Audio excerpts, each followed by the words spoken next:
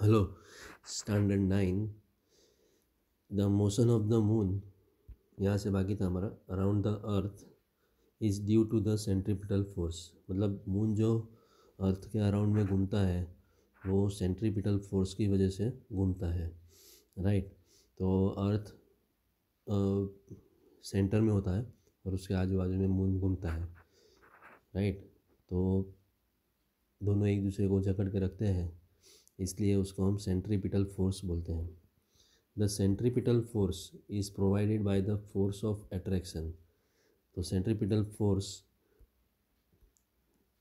Attraction के force की वजह से रहता है ऑफ द अर्थ। राइट। मतलब अर्थ जो अर्थ अट्रैक्ट करता है मून को। राइट। तो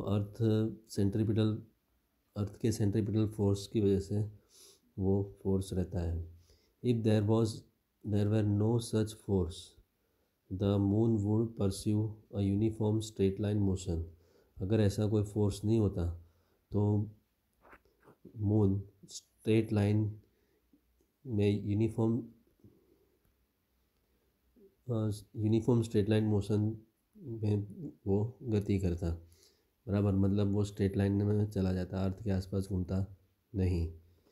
it is seen that a falling Apple is attracted towards the earth.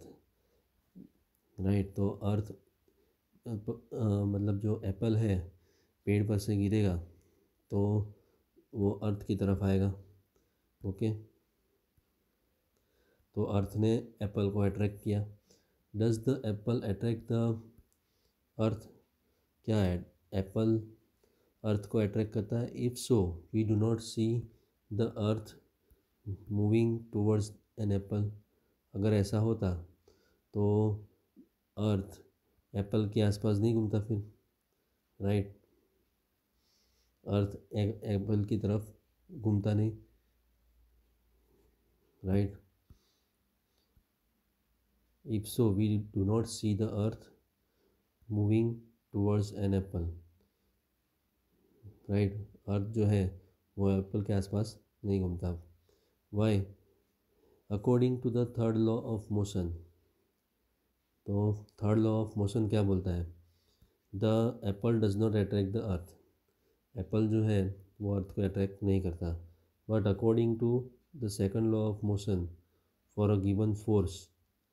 Right. Second law of motion क्या बोलता है? For a given force acceleration is inversely proportional to the mass of an object. Right. Acceleration mass of the object को inversely proportional होता है। मतलब जितना ज़्यादा acceleration होगा, मास जितना ज़्यादा होगा तो एक्सीलरेशन कम होगा, ऐसा। The mass of an object of an apple is negligibly small compared to that of the earth, so we do not see the earth moving towards the apple. Right. Mass of an apple is negligibly small. Mass negligibly small होगा compared to that of earth. Right. तो अर्थ का जो मास है उसके उस comparison में Apple का mass कम होगा, तो इसलिए हम अर्थ को एप्पल की तरफ जाते नहीं देखेंगे। ओके। तो एप्पल का मास कम है इसलिए वो अर्थ की तरफ आएगा। Extend the same argument for why the earth does not move towards the moon. Right.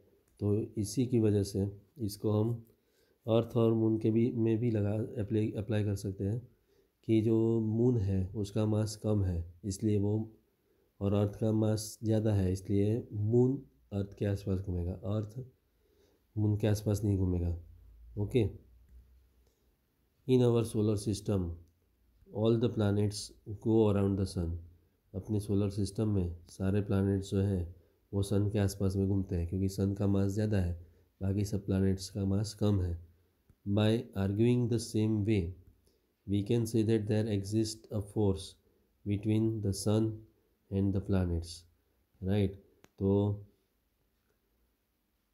तो अर्थ और सन और प्लैनेट्स के बीच में भी एक फोर्स है। From the above facts Newton concluded that not only does the earth attract an apple, right. तो Newton ने कंक्लूड किया कि सिर्फ अर्थ एप्पल को अट्रैक्ट नहीं करती, and the moon, right, earth अकेली मून को भी अट्रैक्ट नहीं करती, but all objects in the universe attract the each other.